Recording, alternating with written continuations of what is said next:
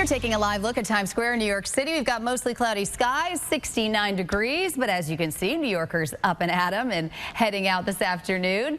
And I tell you what, this is a place where we have a lot of shopping going on, especially as we head into the holiday season. And it's been another strong showing at the malls and retail stores.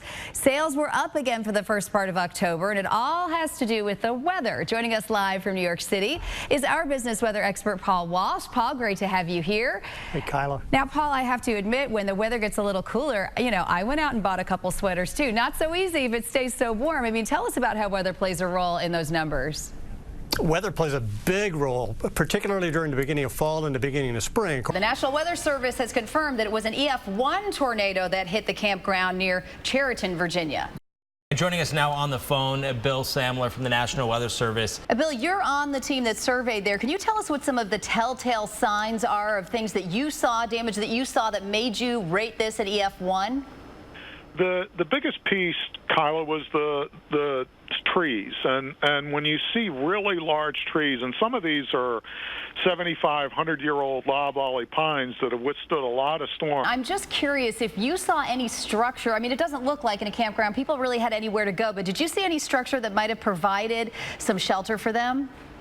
You know, it's really hard, Kyla, to pinpoint any one structure. Tomorrow marks the 40th anniversary of the 1974 tornado super outbreak. Nearly 140 tornadoes over more than a dozen states. Here's meteorologist Mark Elliott with more. Well, for some people, it's hard to just peek over the edge of the Grand Canyon. But tomorrow, Daredevil stuntman Nick Wallenda will attempt to do something even greater. Yeah, the edge isn't quite enough for him. He'll actually walk across part of the Grand Canyon on a 2-inch wide tightrope. Our Jim Cantori is in Arizona today with a preview of this potentially history-making feat. Time now for a look at today's top weather headlines, and we begin with the controversy on Capitol Hill. Lawmakers will vote tomorrow on a two-part bill that would provide $60 billion in federal aid to the victims of Superstorm Sandy. This after a war of words between lawmakers yesterday.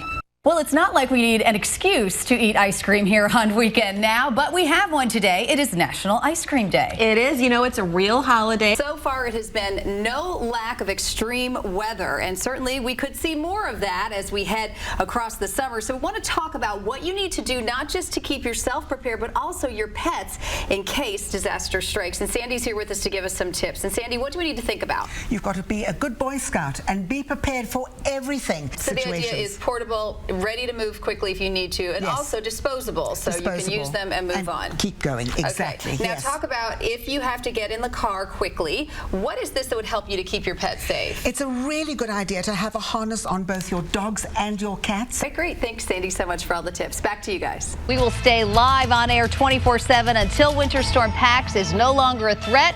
We are coming right back in 60 seconds to highlight the ice danger over the next 48 hours.